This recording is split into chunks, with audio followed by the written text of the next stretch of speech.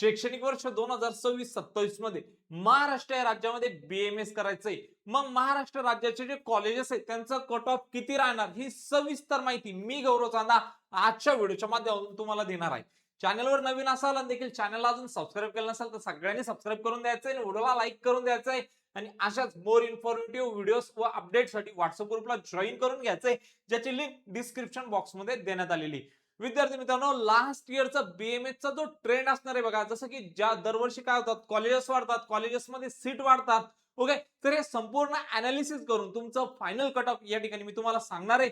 जर तुम्ही प्रॉपरपणे काउन्सिलिंग करतायत, मी ज्या स्कोर पर्यंत सांगतोय त्या स्कोर पर्यंत काय होणार या ठिकाणी अलॉटमेंट होणार. चला तर मग बघूया. बघा विद्यार्थी मित्रांनो, बीएमएस सीट ट्रेंड आपण बघतोय, इयर वाईज बघतोय. ओके, 2023 मध्ये गव्हर्नमेंट कॉलेजची जी एकूण संख्या होती ती 22 होती. ओके, सेमी गव्हर्नमेंट कॉलेजची संख्या होती ती 83 होते आणि जी टोटल ज्या सीट होत्या महाराष्ट्र या राज्यामध्ये बीएमएसच्या शैक्षणिक वर्ष 2023 मध्ये एकूण सीट किती होत्या? 8140 होत्या. ओके, त्याही नंतर विद्यार्थी मित्रांनो 2024 मध्ये एकूण ज्या सीट होत्या त्या किती होत्या? गव्हर्नमेंटच्या 22 होत्या, सेमी गव्हर्नमेंटच्या थोडक्यात प्रायव्हेट कॉलेजच्या 104 होत्या आणि ज्या टोटल ज्या संख्या होत्या, ज्या सीट होत्या, एकूण ज्या जागा होत्या ते किती होत्या? 10,008 होत्या. कधी? तर 2024 मध्ये. 2025 मध्ये टोटल गव्हर्नमेंटचे कॉलेजेस 22 होते, सेमी गव्हर्नमेंटचे 126 होते आणि एकूण कॉलेजेसची सीटची जी संख्या होती, ओके, ती किती होती? 11,889 होती. विद्यार्थी मित्रांनो, तुम्ही यामध्ये एक ट्रेंड ऑब्झर्व केला असेल, गव्हर्नमेंटचे कॉलेजेस सेम आहे पण सेमी गव्हर्नमेंटचे कॉलेजेस काय होत आहे? दरवर्षी वाढत आहे. इथं 83, मग 104, मग 126 आणि कॉलेजेस वाढत आहे म्हणून दरवर्षी सीट मध्ये काय होते? वाढ होते. म्हणजे जागा दरवर्षी काय होत आहे? वाढ होत आहे. ओके, जागा पण वाढत आहे. आता 2026 ची स्थिती, सध्याची जी स्थिती असणार ती काय असणार आहे? तर जोपर्यंतची सीट मॅट्रिक्स येत नाही तोपर्यंत आपल्याला कळणार नाही. पण दरवर्षीच काय येत आहे? नवीन कॉलेजेस येत आहेत, भरपूर सारे असे कॉलेजेस आहेत त्यांना मान्यता भेटणार आहे. जर तुम्ही शेवटपर्यंत प्रॉपरपणे काउन्सिलिंग करताय तर 100% कमी स्कोरवरती सुद्धा तुम्हाला अलॉटमेंट होऊ शकतं. सर हे कसं पॉसिबल आहे हो? थोडक्यात सांगतोय. ओके, थोडक्यात तुम्हाला सविस्तरपणे सांगतोय. समजा एखादा बीएमएसचं कॉलेज आणि त्या कॉलेजला 100 जागा आहेत, त्याचं डिस्ट्रीब्युशन कसं आहे थोडक्यात समजून घ्या. ओके, थोडक्यात समजून घ्या. कॉलेजला जर 100 जागा असेल तर XYZ नावाचा कॉलेज आहे, कॉलेजला जर 100 जागा, त्या कॉलेजच्या ज्या 15% ज्या सीट असतात ना मित्रांनो, हे AIQ कोटामधून भरले जातात. 15% ज्या सीट आहे हे तुमच्या NRI कोटा आणि IQ कोट्यामधून भरल्या जातात आणि 85% ज्या जागा आहे विद्यार्थी मित्रांनो या स्टेट कोटामधून भरल्या जातात. माहिती खूप इम्पॉर्टंट असणार आहे, सगळ्यांनी व्यवस्थित बघायचं, थोडं पण स्किप करायचं नाही. इन्फॉर्मेशन चुकू शकते आणि तुम्ही तुमच्या ड्रीम कॉलेज पासून काय होऊ शकता? वंचित होऊ शकता. ओके, 15% मध्ये पण ऑल इंडिया कोटामध्ये 2 आहे. ओके, 2 काउन्सिलिंग चालतात. एक पहिली चालते तुमची AA ट्रिपल सी ची काउन्सिलिंग चालते. ओके, आणि दुसरी 15% सीईटी सेलची चालते. ओके, सीईटी सेल आणि 15% एनआरआय आणि आयक्यू कोटा, 85% स्टेट कोटा झाला. सीईटी सेल या ठिकाणी कंडक्ट करते. ओके, सीईटी सेल वरती ही प्रोसेस चालते. आता लक्ष द्या, कॉलेजला एकूण जागा किती आहे? 100 आहे.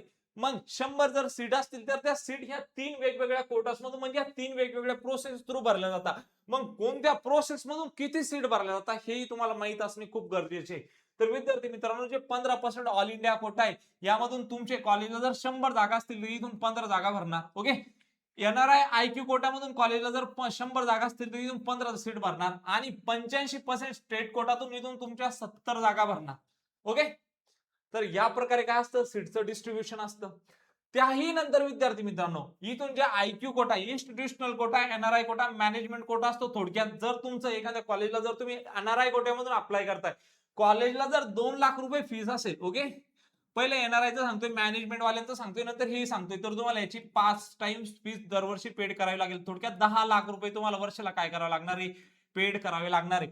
जर कॉलेजला 2 लाख रुपये फीस असेल आणि तुमचा नंबर जर आयक्यू कोट्यामधून लागतोय तर 3 पट तुम्हाला दरवर्षी म्हणजे थोडक्यात 6 लाख रुपये फीस पेड करावी लागणार आहे. काही लोक म्हणताय सर मॅनेजमेंट कोटा बंद झालाय का? मॅनेजमेंट म्हणजे थोडक्यात कॉलेज लेवलच्या जागा भरायच्या ते आता बंद झालेला आहे.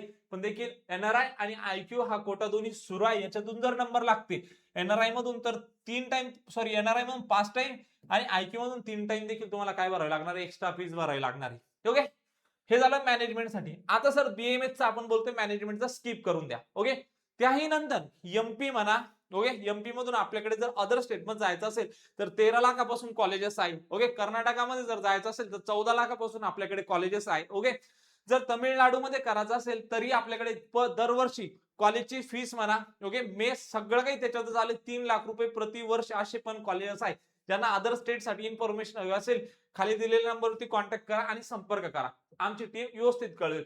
त्याही नंतर आपला मॅनेजमेंटचा विषय सोडून द्या सर, आपलं महाराष्ट्राचं बोला. चला मग महाराष्ट्राचं बघूया. ओके, बघा आता हा 85% स्टेट कोड आहे. यामध्ये तुमचे जे गव्हर्नमेंटचे कॉलेजेस येतात. ओके, गव्हर्नमेंटचे कॉलेजेस प्लस सेमी गव्हर्नमेंटचे कॉलेजेस येतात. ओके, AA, CCC ची प्रोसेस आहे यामध्ये फक्त गव्हर्नमेंटचे कॉलेजेस येतात आणि 15% सीईटी सेल आहे यामध्ये तुमचे सेमी गव्हर्नमेंटचे कॉलेजेस येतात. ओके, सेमी गव्हर्नमेंटचे. सर हे कळलंय आम्हाला, कुठं कशात कोणते कॉलेज येतात, मग जागा कशा भरल्या जातात सर ते सांगा. मग 85% स्टेट कोटा आहे यामधून जे गव्हर्नमेंटचे कॉलेजेस प्लस सेमी गव्हर्नमेंटचे कॉलेजेस आहे यांचे 85% सीट इथून भरले जातात. ओके, त्यानंतर AA, गव्हर्नमेंट कॉलेजचे इथून 15% आणि 100% ज्या सीट आहे विद्यार्थी मित्रांनो ते डीम्ड कॉलेजचे भरले जातात. ओके, डीम्ड म्हणजे थोडक्यात प्रायव्हेट युनिव्हर्सिटी.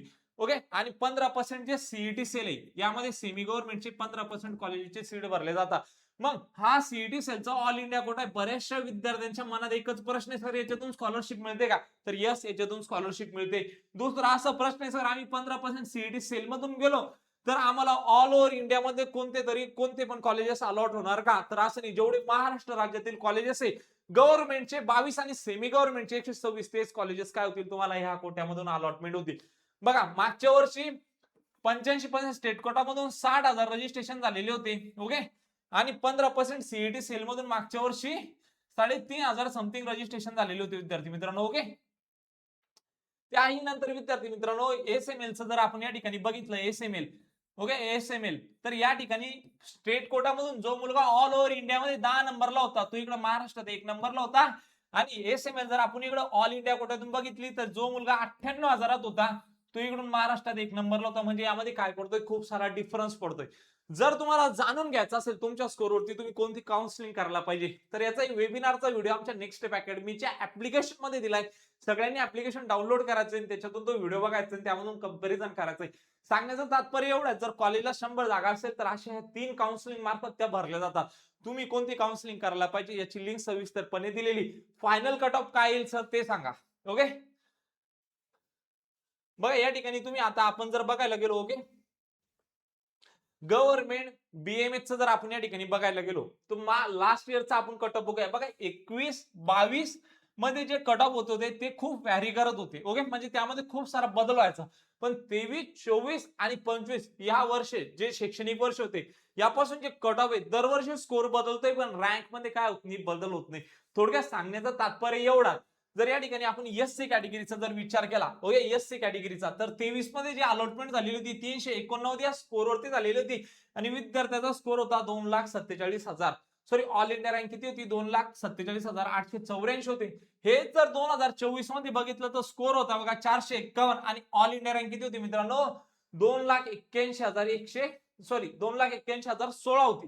हे जर आपण 25 मध्ये बघितलं गव्हर्नमेंट कॉलेजसाठी ती स्कोर 375 होता. पण ऑल इंडिया रँक बघू शकता या ठिकाणी 2,61,375. म्हणजे तुम्ही जर यामध्ये जर बघितलं तर रँक मध्ये काय होत नाही, दरवर्षी बदलत नाहीये. स्कोर दरवर्षी बदलतोय मित्रांनो. हे बघा 2,47,000, 2,81,000, 2,61,000 स्कोर मध्ये काय होते, दरवर्षी बदल होते. जर गव्हर्नमेंट कॉलेजला नंबर लावायचा असेल, तुमचा स्कोर जर बीएमएस गव्हर्नमेंट करायचा असेल, जर तुमचं स्कोर 415 ते 420 या दरम्यान जर येत असेल ना विद्यार्थी मित्रांनो या वर्षी, तर 100% 1001% तुम्हाला काय मिळून जाणार, गव्हर्नमेंटचं बीएमएस मिळून जाणार. ओके, तुम्ही यामध्ये बघू शकता. आपण जर दुसरी कॅटेगरी घेतली, एनटीसी घेतली समजा, एनटीसी मधून 23 मध्ये जी अलॉटमेंट झालेली बघा 4,14,000 वरती झालेली आहे. ओके, 24 मध्ये 2,33,000 आणि 1,81 म्हणजे रँक मध्ये पण काय झालेलं आहे, कॅटेगरी वाईज बदल होतो. ओके, कॅटेगरी वाईज सुद्धा रँक मध्ये बदल होतो.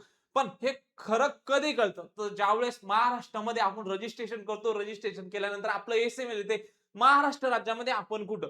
सांगण्याचं तात्पर्य एवढाच, जर आपण या ठिकाणी आलो बघा, हे आमचं प्रिडिक्शन टूल आहे बघा, याच्यावरती तुम्ही कॉलेज वगैरे प्रिडिक्ट करू शकता, याचं बोलायचं नाही आपल्याला. ओके, आपण जर आलो सीईटी सेलच्या वेबसाईट वरती, ओके, इथे जर आपण टाइप केलं सीईटी सेल, 2025 असं टाईप करा सगळ्यांनी, तुम्हाला आणखीन अनालिसिस करता येईल. कसं कसं करा सगळ्या गोष्टी मी लाईव्ह करून दाखवतोय. ओके, तुम्ही जर इथं आले आणि इथं जर तुम्ही 2025 चं नीट यूजी या सेक्शन वरती जर क्लिक केलं, ओके, आणि याला जर तुम्ही थोडं स्क्रोल करत खाली घेतलं, ओके, खरा कट ऑफ काय असेल हे तुम्हाला सविस्तरपणे मी सांगणार आहे. ओके, तर हे बघा आपण यामध्ये एक एसीएमएल ची लिस्ट असते बघा, ते देखील मी तुम्हाला सांगतो.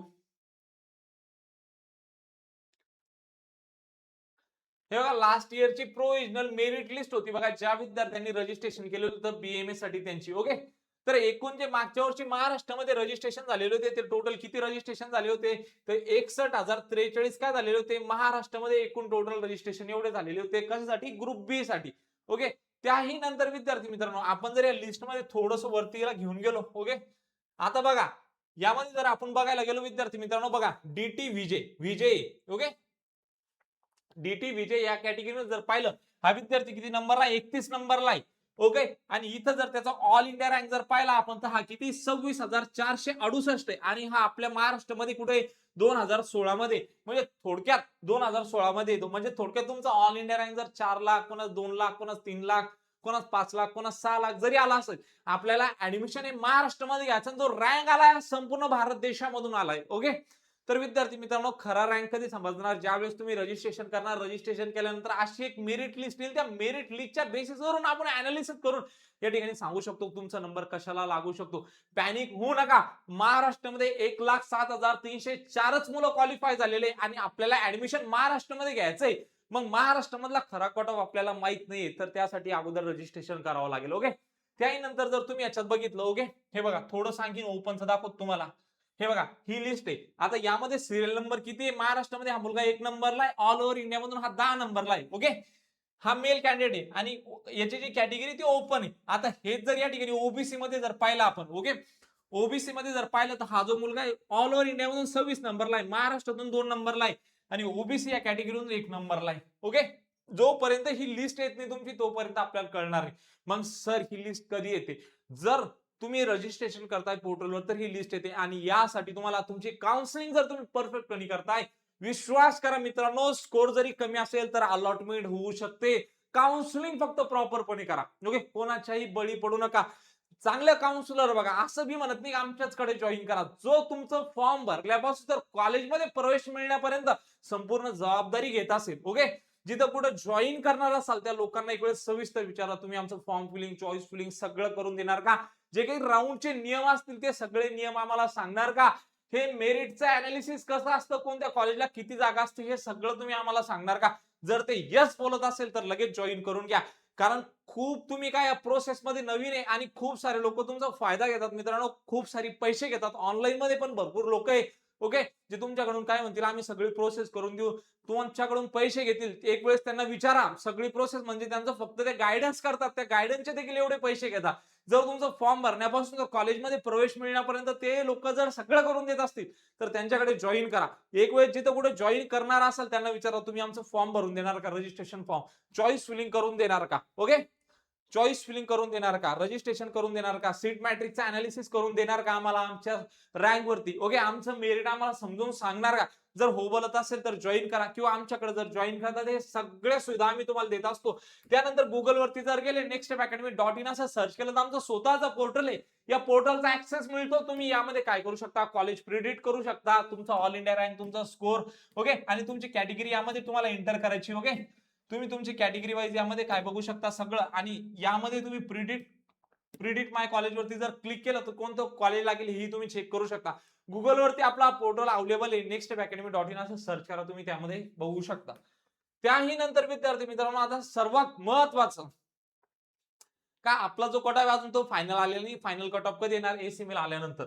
आता विद्यार्थी मित्रांनो लक्ष द्यायचंय. ओके, तर तुमची जर कॅटेगरी असेल गव्हर्नमेंटचा जर विचार करत असेल, तुमचं स्कोर या रेंज मध्ये येत असेल तर गव्हर्नमेंटचं काय मिळू शकतो तुम्हाला, या ठिकाणी बीएमएस मिळू शकतो. ओके, त्याही नंतर विद्यार्थी मित्रांनो, ओके, त्याही नंतर जर तुम्ही सेमी गव्हर्नमेंट कॉलेजचं जर या ठिकाणी आपण बघायला गेलो, ओके, सेमी गव्हर्नमेंट कॉलेजेस साठी, ओके, जर तुमचं ऑल इंडिया रँक, ओके, या ठिकाणी जर बघितलं आपण 23 पासून बघूया. ओके, 23 पासून जर समजा आपण या ठिकाणी एनटीबी या कॅटेगरीचा जर बघायला गेलो तर या ठिकाणी बघू शकता जो रँक होता 4,51,000 होता, 24 मध्ये 4,57,000 होता, आणि 25 मध्ये 4,85,000 होता. पण 2023 मध्ये स्कोर 287 आहे, 24 मध्ये 361 आहे आणि 25 मध्ये परत 285, म्हणजे स्कोर मध्ये बदल होते, पण हे रँक काय मित्रांनो कॉन्स्टंट आहे. सांगण्याचं तात्पर्य एवढाच, परत परत परत सांगतोय, सांगण्याचं तात्पर्य एवढा, रँक दरवर्षी कॉन्स्टंट असते, थोडाफार बदल होतो. ओके, आणि कॅटेगरी वाईज बदलतात. जर तुम्ही प्रॉपर अनालिसिस करताय तर 100% कुठे अलॉटमेंट होऊ शकते, कोणत्या कॉलेजला लागू शकते, चॉईस फिलिंगच्या अगोदरच कळते. फक्त तुमचा काउन्सिलर चांगला असायला पाहिजे. ओके, छत्रपती संभाजीनगर मध्ये आमचं ऑफलाईन सेंटर आहे. तुम्हाला जर जॉईन करायचं असेल छत्रपती संभाजीनगर मध्ये येऊन सुद्धा जॉईन करू शकता. कारण बीएमएसच्या भरपूर सारी प्रक्रिया जी आहे अगोदर आपल्याला करावं लागणार. आता आपले रजिस्ट्रेशन लवकरच सुरू होणार आहे बीएमएस साठी.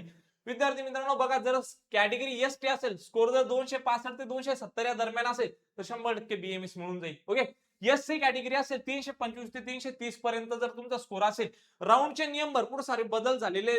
दरवर्षी मुलांना राऊंडचे नियम माहित नसतात आणि त्यामुळे काय करतात ते त्यांची सीट गमवतात. तर 325 ते 335 पर्यंत जर असाल तर 100%, 1001% प्रॉपरपणे काउन्सिलिंग करा, अलॉटमेंट होऊन जाणार. विजय जर कॅटेगरी असेल, ओके, 335 ते 345 या दरम्यान स्कोर असेल तर अलॉटमेंट येऊन जाणार. एनटीबी कॅटेगरी असेल 330 ते 335 पर्यंत काय होऊ शकते, तुम्हाला अलॉटमेंट होऊ शकते. एनटीसी कॅटेगरी असेल तर 335, ओके, 335 ते 340 पर्यंत काय होऊ शकते, अलॉटमेंट होऊ शकते. एनटीडी जर कॅटेगरी असेल 335 ते 340 परत. ओबीसी जर कॅटेगरी असेल 335 ते 340, एससीबीसी जर कॅटेगरी असेल 325 ते 330 पर्यंत काय होऊ शकते, अलॉटमेंट होऊ शकते. आणि जर ईडब्ल्यूएस असेल तर ईडब्ल्यूएस ला सेमी गव्हर्नमेंट कॉलेजेसला सीट नसतात आणि अलॉटमेंट ओपन थ्रू होते. जर ओपन कॅन्डिडेट असाल, जर स्कोर 340 ते 350 या दरम्यान असेल तर तुम्हाला महाराष्ट्रामध्ये शेवटपर्यंत जर प्रॉपरपणे काउन्सिलिंग करता तर बीएमएस ला 100% अलॉटमेंट होऊन जाणार. याही व्यतिरिक्त तुम्ही तुमच्या स्कोरवरती कशी काउन्सिलिंग करायला पाहिजे, ओके, याचा सविस्तर व्हिडिओ आपल्या नेक्स्ट स्टेप अकॅडमीच्या ऍप्लिकेशन मध्ये दिला आहे.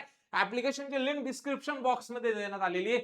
सगळ्यांनी ऍप्लिकेशन डाउनलोड करायचं. त्या डाउनलोड केल्यानंतर त्यामध्ये तुम्ही वेबिनार बघायचे. बघा, आपण एक लाईव्ह वेबिनार घेतलेलं आहे. त्या वेबिनार मधून तुम्हाला कळून जाणार का तुमचा नंबर कुठे लागू शकतो, कोणती काउन्सिलिंग केली पाहिजे आपल्या स्कोरवरती. दिलेली माहिती जर आवडली असेल मित्रांनो तर चॅनलला सबस्क्राईब करायचं, व्हिडिओला लाईक करायचे, तुमच्या मित्रांना शेअर करायचे. भेटूया अशाच एक मोर इन्फॉर्मेटिव्ह व्हिडिओ मध्ये. तोपर्यंत धन्यवाद.